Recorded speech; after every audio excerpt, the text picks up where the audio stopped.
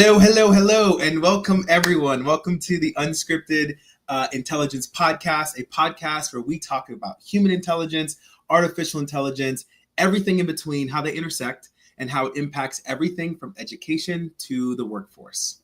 On this podcast, we interview innovators, thought leaders, and change makers who are making waves and shaking things up. These live conversations are uncharted and unfiltered as we create space for what isn't being discussed. These conversations are unavoidable. I'm Michelle Ament, the co-president of the Human Intelligence Movement and chief academic officer for ProSolve. The Human Intelligence Movement is dedicated to ensuring that we have the human skills that are essential to succeeding and thriving in our AI-driven world. And I'm your other co-host, Arvin Ross, the co-founder of ProSolve and your neighborhood adaptability enthusiast. I have an honor and privilege of working as the chief culture architect for ProSolve, a company that focuses on really creating career-ready students through developing those human skills. Sorry, really quick. I appreciate you guys hopping in here to listen to this with us. We have a very special guest. Michelle, can you take us away with introducing him? Yes, every once in a while, Arvin, you meet a leader who doesn't just choose between pushing boundaries and caring for people. They do both because that's what leadership's all about. And this amazing guest today is Jerry Almendarez. He is that leader.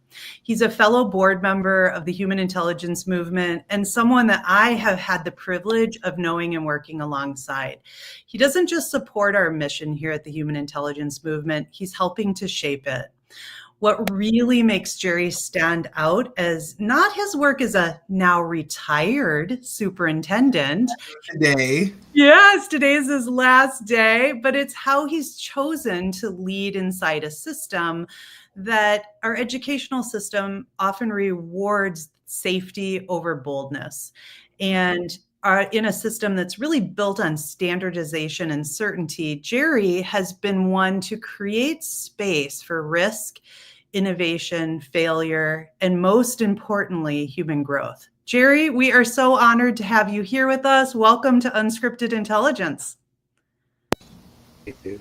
I thank you for the invitation. I look forward to the conversation. Thank you. Did we miss anything with that amazing introduction? Anything else you want to? No, I think you got it all. I did. You hit it on the nail. As this being my first day of retirement, so this smile means something different today than it has in the past. It does. I'm really excited to have you on board here. I had the privilege and honor of connecting with you a little bit ago, and just hearing that this literally is your first day of retirement just literally makes this podcast so much sweeter, because in my opinion, now you can say a lot of stuff that you probably couldn't say 3 hours ago, 2 hours ago, 24 hours ago. Now we have the chance to get the real unscripted, unfiltered, uncharted version of Jerry and the things that you want to say. So I'm really excited about this today. Looking forward to it. Thanks so much for hopping in. Let's kind of jump right in. You are a person of leadership. You've lived leadership. Leadership has been kind of your vibe. It's been the thing that you do for such a long time. So we got a ton of questions for you centered around the concept of leadership, specifically in this AI-driven world now, all the change that's happening. So our first question to you is, what have you had to unlearn about leadership in order to lead in this moment?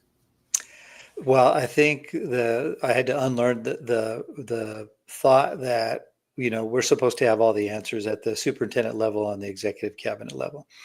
And during COVID, it was a real eye opener, just listening to the conversations of my colleagues and professionals all across the country, across the globe that we were able to interact with. And the conversations were similar to, and the topics were similar to my first year as superintendent. Yeah. The agendas almost looked the same. The solutions were almost the same. It was just with more fidelity, more staff, more programs, more curriculum. And at that point, people were saying, we just need to prepare to get back to normal. Well, in my district, normal historically was academic performance below county average, and that was not acceptable. So that's when the light switch went on to me that says we can't go back to normal. Normal's not good for us. We have to do something different. We have to lead differently. We have to teach differently, and we have to learn differently. I love it. And a really quick question to follow up on that. When we're talking about unlearning, I've done a little bit of digging into the concept of adaptability, and I'm sure it's no surprise for you to know that that unlearning is actually one of the key qualifiers that's used to measure someone's adaptability. Can you give us like a real tangible example where something that you had to unlearn kind of came face to face with your resistance to unlearning that, like in the moment? Kind of a weird question, but can you recall a moment where you felt that tension? Yeah.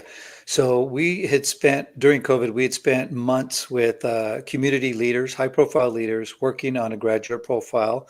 We brought in a consultant to help facilitate the conversation. We looked at research across the globe, high performing educational organizations, identify what characteristics they had, and then kind of reflected and looked back at the processes and the things that we were doing to see if there was any resemblance. Long story short is we spent 7 months creating this amazing graduate profile that we were getting ready to roll out. And as we were getting ready to roll out, we were taking it to our principals and having conversations to calibrate what this rollout looked like at each school site. And towards the end of the second day of the meeting, one of my principals raises her hand and says, "Mr. Almendarez, can I ask you a question?" I'm like, "Sure, go ahead." And she goes, "You're asking us to create a system for kids, but look around the room. There's no kids." And at that point, my gut just dropped. And I thought, oh my God, how do I respond to that? She was right. There were no kids in the room. And the adults were having these conversations, interacting, getting ready to roll this thing out. What did you say? Well, I don't even remember. I do know that we ended the meeting, and I felt really bad. And I think my cabinet recognized the fact that we ended that meeting without answering the question in a way that was, that the principals could process and confidently roll out when they went back to their school sites. So we came back to my office with my cabinet. We sat there and we debriefed. And I remember walking in and closing the door and just sitting down like, what just happened? And there was a little bit of silence there for a little while. And then one of my executive cabinet members said, "Jerry, we need to pause." And I'm like, we can't pause. If we pause, then this thing is blown. It's going to blow up and I'm going to lose my job. And I didn't say that, but that's what was going on in my head, because we had spent 7 months with some pretty high profile people in the community.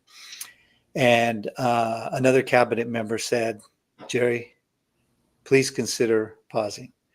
And so the more I thought about it, the more we kind of rationalized the options that we had. I listened to them and I agreed to pause the rollout. And what happened as a result of that is a few months later, we did a 600 student listening tour. And instead of doing a survey, we didn't want to just capture answers to questions that we asked. We thought, if we're going to do this, we're going to do this the right way. And we're going to go out and sit down with the kids and we're going to be in this room. So we had our research department create a formula that randomly selected schools, randomly selected students, K-12, and asked the principals to set up a day where we could go in and just have a facilitated conversation with these students. And we had identified some research questions that were specific to our graduate profile that were consistent among all of the conversations. But what came out of that was our kindergartner raised his hand and says, "I don't learn well sitting down for 6 hours." A middle school young lady said, I just wish the teacher would pronounce my name correctly, because when she doesn't, it takes my identity away. High school sophomore says, "I don't even bother going to my algebra class because the teacher gives me a hard time by the time I sit down at my desk." And then a high school senior said, "Mr. Almendarez, the teacher could have the best lesson plan in the world, but if I know that teacher doesn't care about me, I can care less about that lesson plan." And that really hit us like a ton of bricks. And we were so glad that we did that. We took that information and we kind of reflected as an executive cabinet, and then we went out and started sharing with our teachers and with our principals. So, yeah, I just want to point out, and I'll toss it back to you, Michelle. You just talked about uncovering a human element that seemed to have been completely missed by all, and no offense, but to be completely missed by all of the big brains and big wigs in the room the first time. I don't fully know how to process this, because I know you, but I also know a lot of other superintendents and stuff. So my mind is now thinking about how often people don't take the pause that you took. My mind is now wondering, and it actually kind of makes sense because of what we're seeing in education right now as a whole. But that's such a powerful response to that question. Yeah. It evolved a lot of trust with my cabinet members, because I could have lost, wrong political movement would have been there, then it would have been something that could have cost me my job. A couple of things though, being in the point in my career where I'm at, it was a risk that I was willing to take because it was ultimately the right thing to do.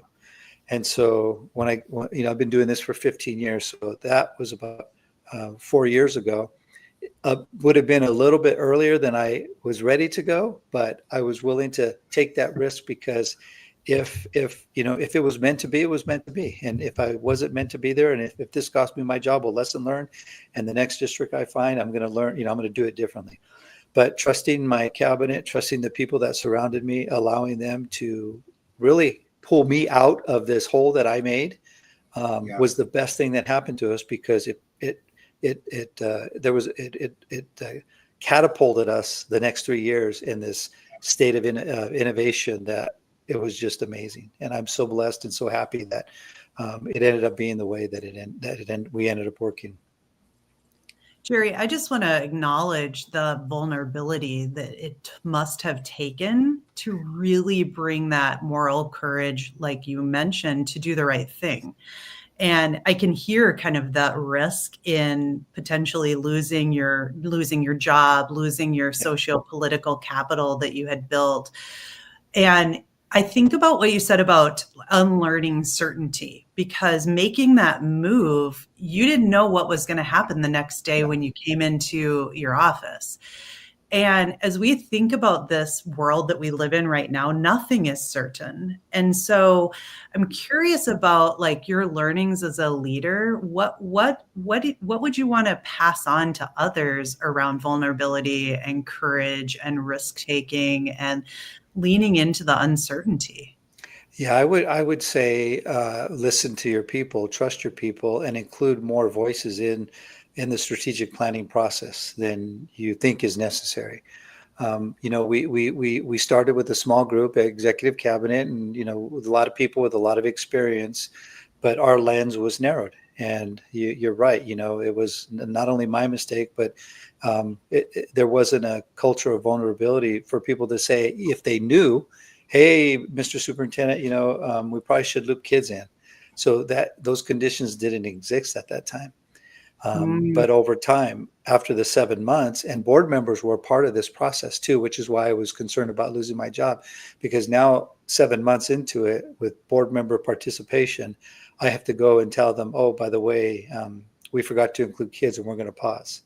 And so that was the fear, but they were gracious in the rationale that we had described. A team put together, a board update, and said, hey, here's the conversation that took place as we're getting to roll things out. There was a comment made, and we kind of reflected on that, want to put a pause because we really do want to make sure we do this the right way, and we're going to do a student listening session. And I think that really was probably the best thing for the board members in the community to hear, that we were actually going to go out and speak to the kids, not just send a survey out, because with surveys, they're fine and everything. And I was guilty of doing them too, but you get the answers to the questions you ask. And there's no way that I would have had a kindergartner raise his hand and stand up and say, I don't learn well sitting down for 6 hours. I probably wouldn't have asked that question. Right. Well, and I think about the type of leadership. It's interesting what you said around people wouldn't have kind of said, Mr. Superintendent, you're doing the wrong thing. And I think about a little bit about those conditions you talked about. And so you would say this experience was the shift in those conditions. Correct. To allow vulnerability, risk taking. What else? I mean, you've talked a lot about the scenario with your portrait of a graduate, but what other things then started to change in the district once you created these conditions for vulnerability, for uncertainty, for risk taking, for being on display of, this is how I failed as a leader? Yeah. Like, what changed? in the So, district. and teachers were part of this process too. You know, we had a select few teachers that were part of it as well. But once we started going out and actually going to the school sites and having these conversations with kids, the teachers, the staff at the school sites were like, "What's going on? What's the superintendent doing here? How come the cabinet is?" Oh, so there was a lot of curiosity in that. Yeah. And so when the word got out that we were actually doing listening sessions, the teachers midway through says, "Well, I want to be in there." And we weren't ready to let just the staff in at that point, but we did say, okay, you know, principal, your admin team, it's probably good for you guys to come in here, because we were, again, looking at it through a closed lens, trying to solve a problem that we created at the district office. But once we started to ask the principals to participate, the principals were like, "Oh my God, I didn't know the kids felt this way. Oh my God, you know, we were doing this, and I'm talking to kids, you know, so we're having these solutions, but the kids could care less about them because they need that human interaction. They need to know that we care." So after a period of time, our teacher says, "Well, why don't you come and talk to us and tell us what we need? Share with us what the kids said, and then, you know, we can tell you what issues we have."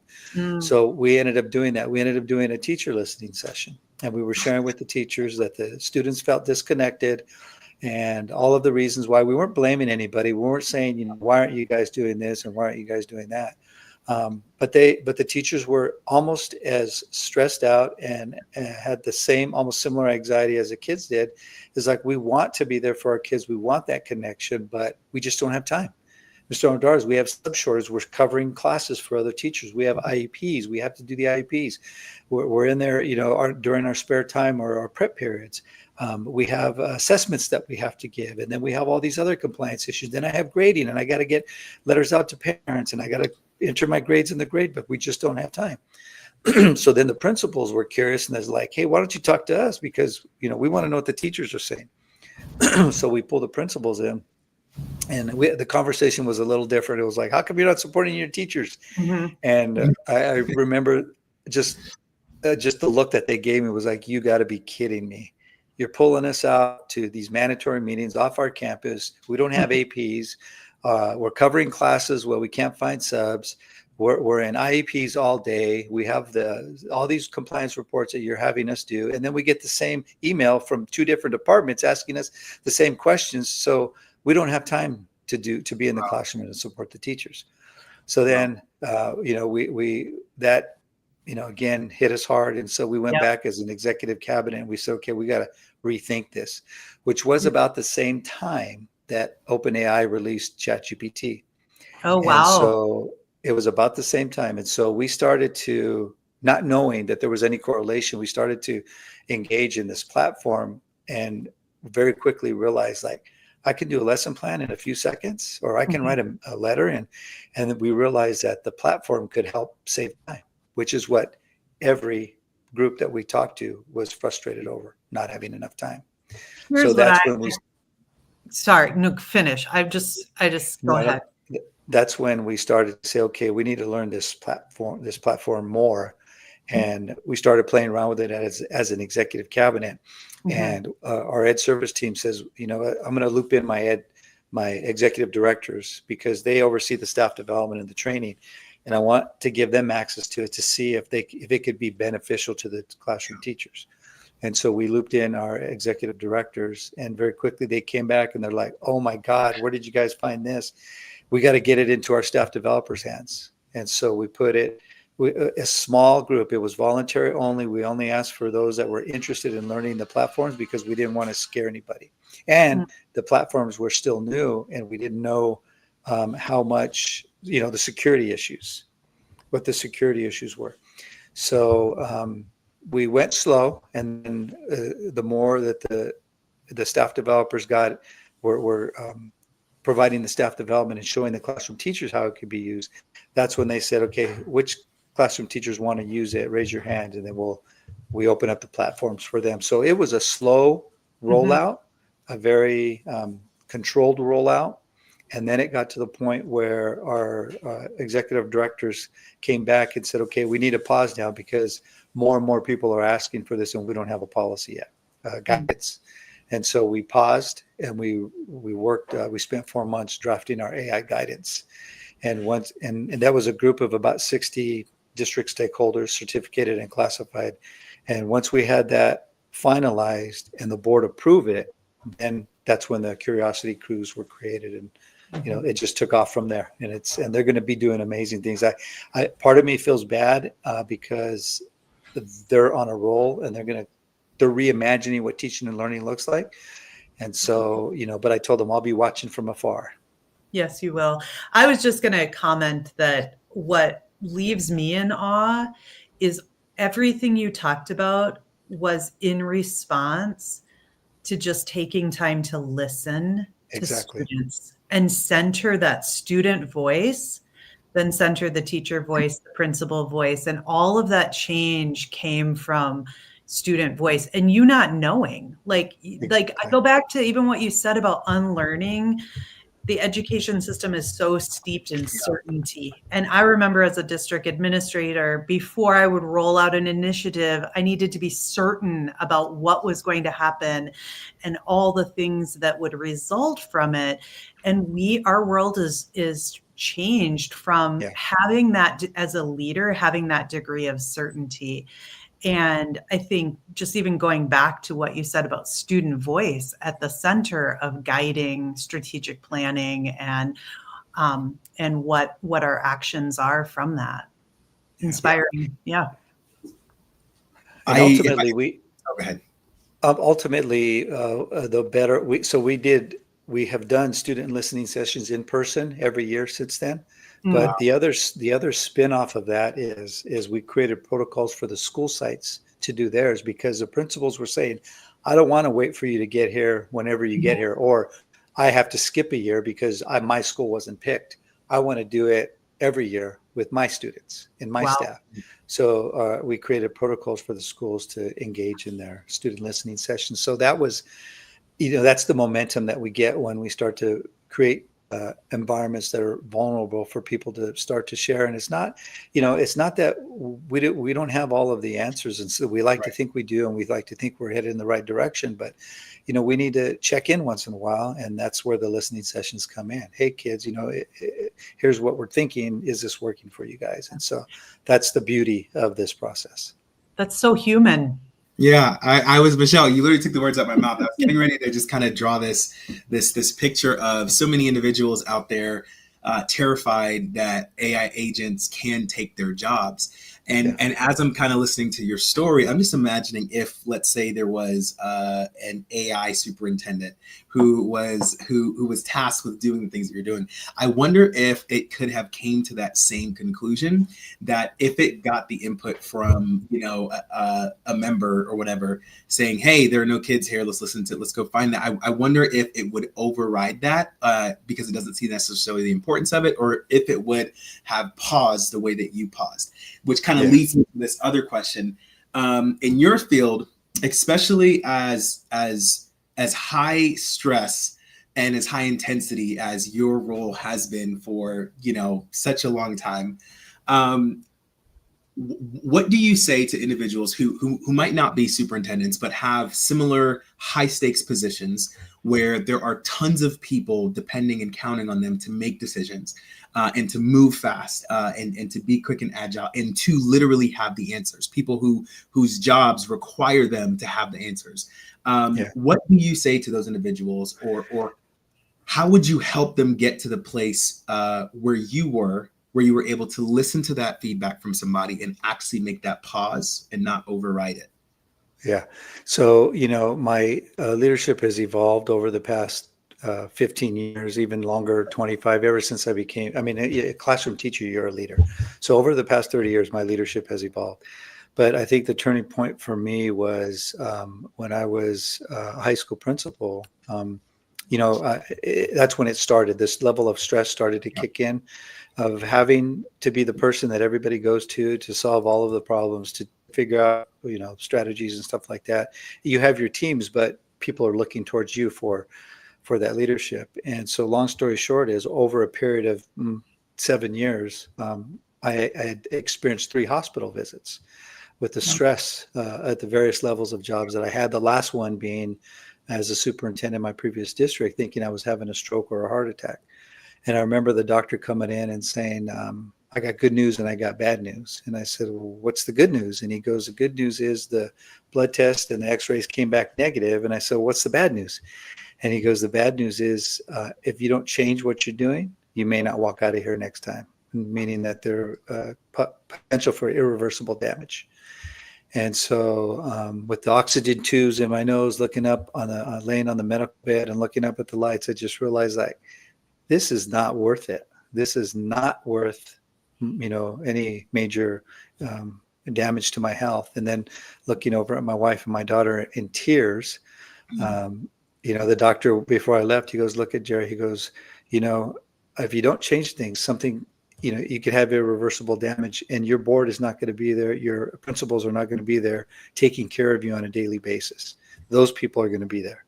So you need to do it for them and you need to do it for you. And so trying to be the master of all trades and the jack, and good at none of them. I really I began to lean on my team even more. In other words, having them do the things that I felt like I was responsible to do, and just slow down, process, think, tap into those talents. We have a bunch of talented people out there that are just waiting to be tapped on the shoulder and given a task so they can show the leaders how good they are and what they're doing. And in some cases, do some amazing things that the leadership doesn't even know are possible, just to support their goals. And so that's over time what I learned, which is why it was easy for me to make that quick decision after my executive cabinet said we need to stop. I didn't like it, but I knew in my gut it was the right thing to do after some conversations. So I did it, and I trusted my team, and I trusted the principals, and I trusted the staff, and it all worked out. Yeah. Arvin, go ahead. Arvin, I was just going to say, what it makes me think a little bit about is not long ago, as leaders, we were the smartest people in the room, and even teachers in classrooms were the smartest people in the room. But that's all like completely changed. Like if we flip it on its head right now, all of the information that we need, all of the knowledge is at our fingertips.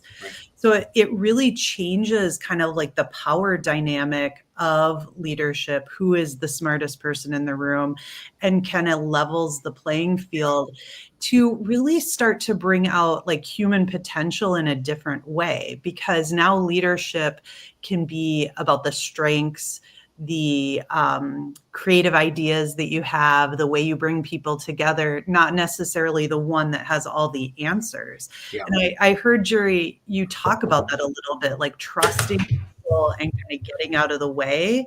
All of a sudden you started to see the talents that people were bringing. And I'm thinking now about leading in an AI world when the knowledge is at everyone's fingertips. It looks different both as a leader and, like you said, classroom teachers are leaders. It looks different with how we show up with students as well. What do you guys think about that whole concept of not needing to be the smartest people in the room? I can kind of hop in here for a little bit and I'll toss it back to you, Jerry. I think that unfortunately, this is probably a bigger and a more difficult battle than a lot of people want to admit. In my experience, many people who end up in leadership positions, just with the way that things are structured now, sometimes can thrive off of that sense of being the sage on the stage, as opposed to being the guy on the side, and that actually might be something that draws them into these kinds of positions. I'm an Enneagram 8. If you're not familiar with the Enneagram, it is in one of my favorite personality tests. Check it out. And so leadership, it is one of those things where an 8 myself, we're really good at it, but we only do it because we kind of have to when we're in more of a healthier space, rather. I don't know that with the time and space that we're in, that there is a healthy combination of enough teaching, coaching, training, and thought leadership out there for individuals who are stuck in that mindset of sage on the stage. I don't know, Jared, and please do correct me if I'm wrong. I don't know that there is enough professional development that isn't just about tools and methods and equipment and stuff, versus stuff that's actual thought leadership that can get a teacher or an administrator or a superintendent to the place where they can say, okay, you know what? I am willing to be vulnerable and to ask questions. I am willing to lead from this perspective. I don't know that there is enough of a thought shift revolution happening to where I mean, you're talking about identity, like a complete identity shift is what I'm hearing you say, right? yeah, well, 100%. And Michelle, you know, I think you're a perfect example of someone to pick on right here. No offense, Let's but go. Let's go. Michelle, when you first came to ProSolve, oh my God, you were a struggle bus. I'm not gonna lie. You kind of had this whole superintendent, you know, teacher. You were used to being the sage on every stage, and I'll give you your flowers, Michelle. You do the thing, right? You do the thing, but coming into like a startup and kind of realizing that you are actually not in charge of having all the answers. Mm-hmm. Instead, a better benchmark for your success is something I think Jerry pointed out earlier, which is creating the conditions for success. And so I think in this conversation, if I was to answer your question, Michelle, I would say if we were to shift the entire thought process and thinking of specifically in education, from being sages on the stage and providing the answers and providing the proper responses, shifting to I am now responsible as a leader for creating the conditions for success, that changes everything. That right there allows a level of adaptability and flexibility that all verticals can receive from and can do their jobs better with. If that is the benchmark, did you, Jerry, create the conditions for success for your team, for your staff, right? And then did they create the conditions for success for the principals? And then the principals create the conditions for success for their teachers? And then the teachers create the conditions for success for their students? That would be such a tremendous shift. And Jerry, I'm seeing you and I've heard you live that out to a T, it seems like. Yeah. Yeah, and I think it has to start with the leadership. It has to start with the board. It has to start with the superintendent and the executive cabinet, modeling the behaviors and the expectations. So, modeling, kudos to that principal that raised her hand, who was very vulnerable among all of her colleagues, asking a fairly new superintendent to her district a pretty serious question, mm-hmm. And then not being disciplined or retaliated against for asking that question, but being, in essence, praised, because I go back to that example every time I'm asked this question. How did you do what you did? It took a brave principal in a very vulnerable situation in a trusting environment to ask a very challenging question of the superintendent. And kudos to her for doing that. And it changed the trajectory of how we operated. And it got a lot of credibility with the other principals. And then the other principals, not everybody started out open-minded to sitting down and listening. And when we first started doing the listening sessions, some principals were like, why are you picking me? Am I in trouble? And they were afraid that the kids were going to say things that were going to, be negative against the site administration. But we would debrief after every session, and we would sit down with the principal, and there were some counselors in there, and debrief with the principals, not in a way that was punitive, but in a way that was more reflective, and say, okay, here's the mood of your kids. Here's what they're saying. Now, let's find some ways that we can help you make this better.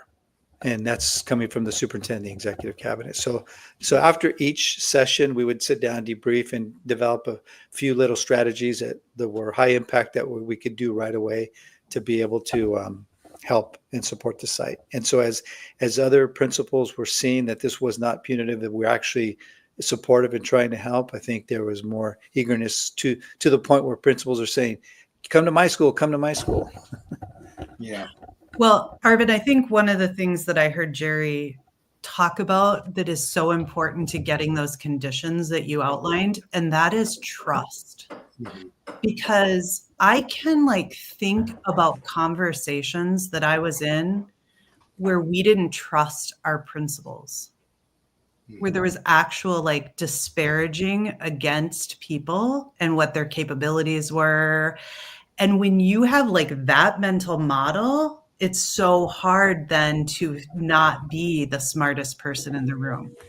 And it goes back to like culture and that culture of trust. And so it's just you're like helping spark for me, like what does, some of it is ego to being the smartest person in the room, but I think there's other factors that we need to start interrupting in order to have that level of trust, that level of vulnerability as leaders.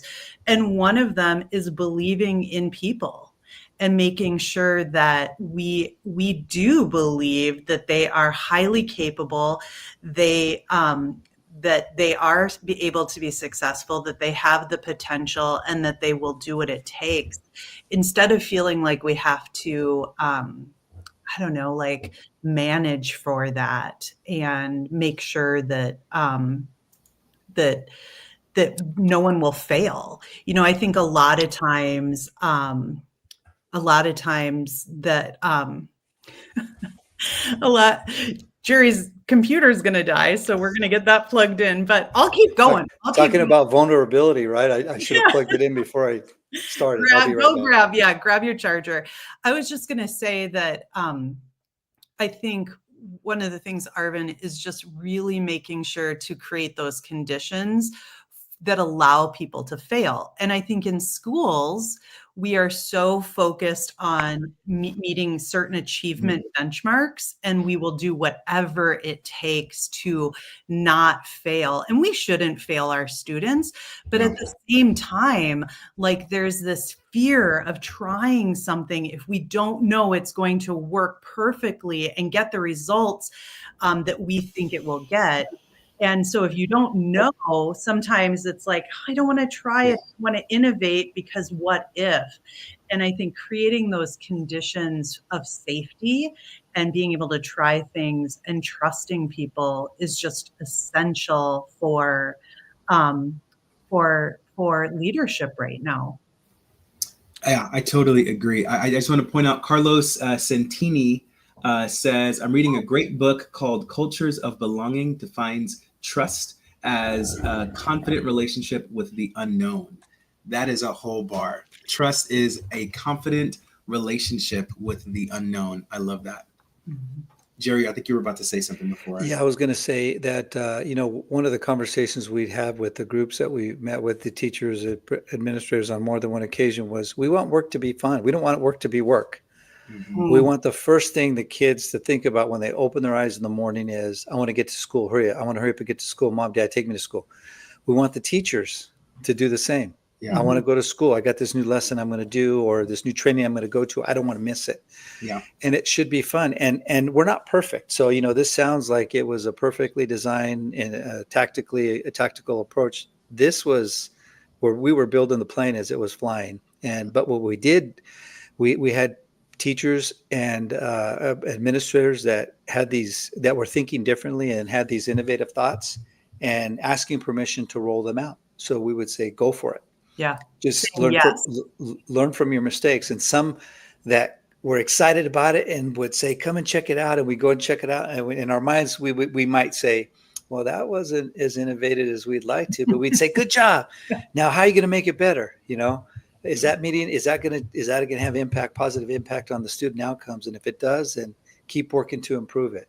So we didn't really want to, discourage people from that vulnerability. But then we had those really amazing people that were really thinking out of the box and really having high impact environments. And we took those examples on our social media feeds and we started pushing them out and promoting them. And that's another area that we took very seriously, was a concept that we call leading with social influence, is identifying those high leverage instruction or high leverage leadership strategies that were happening out there, and then capturing them, video, still picture, and then pushing them out on our social media feeds to say, here's an example of what this looks like. To the point where we created what we call brand ambassadors. Which was volunteers at each school. It could be an administrator, it could be a teacher, it could be a classified employee.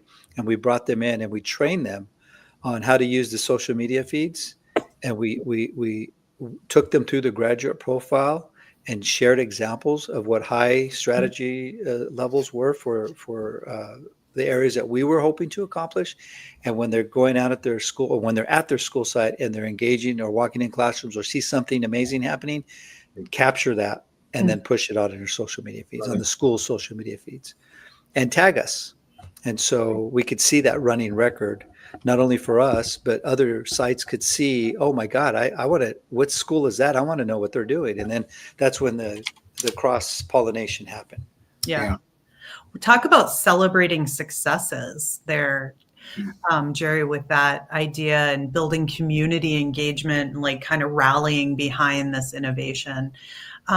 Jerry, I want to ask you a little bit about what's next for you as you're stepping out of the superintendency. Tell us about the Creative Futures Collaborative. Yeah. So this is a company that I founded that works specifically with, it's intended to work specifically with superintendents and executive cabinets on AI integration into their workflows. So basically taking the experience that we had in Santa Ana at the executive cabinet level and sharing that with other executive cabinets, because it has to start with the leaders. Mm-hmm. We can't tell the teachers or the principals that, go tell your teachers to be innovative and creative in the classroom when we're standing in front of them and they're sitting down in rows and we're talking for 90 minutes. Mm-hmm. Mm-hmm. We have to model those expectations. So one of the things I told my team was, if you're leading the same way you led last year, then you can expect the same results. So what are you doing different? How are you leading differently? And how are you modeling those expectations? So the Creative Futures Collaborative is that attempt to reimagine what leadership looks like in this new innovative environment. That's fantastic, Jerry. I love that quote. Say that again about, what did you say to him? I love it. If you're teaching the same way this year that you did last year, then expect the same result. Did I nail it? Yeah, it was directed towards leaders, though. We tell that to our team. If you're leading the same way you led last year, then you can expect the same results. But Arvin, you could say that to teachers too. You could say that to anybody. You could say that to me. Like, if I'm leading in my role the same as I was last month even, I can expect the same results. As humans, we constantly need to be thinking, reflecting, being self-aware, and evolving our practices. That is that adaptability piece. Yeah. Yes, it is adaptability, isn't it? It's that learning and unlearning in a constant state. I love it. Can we go ahead and shift now to our segment of Unavoidable Truths? Jerry, Unavoidable Truths. This is where we toss this question out to the three of us and all of our listeners online. Please feel free to comment your response to this question. But for all of us here, here's the question. What is an unavoidable truth that we need to face right now? Who wants to go first? I can go first. I think the definition of intelligence is an unavoidable truth, that it is no longer being the smartest person in the room, but it's being able to use the technology or the tools at your fingertips to help make you make better decisions. I love that. How I would answer based on what we talked about today, the unavoidable truth that we need to face today is that leadership itself is absolutely changing. I do not think that leadership, the way that we have been used to leading and the way that we've seen it done, is going to be effective in a world where everybody that you're leading has the potential to be smarter than you with 4 clicks of a button. I think the unavoidable truth is that if you are not willing to shift, if you are not willing to be adaptable, I think you should be replaced.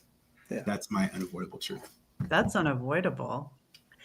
My unavoidable truth is to create the conditions as a leader for people to thrive and be successful. Like the conditions right now are adaptability conditions.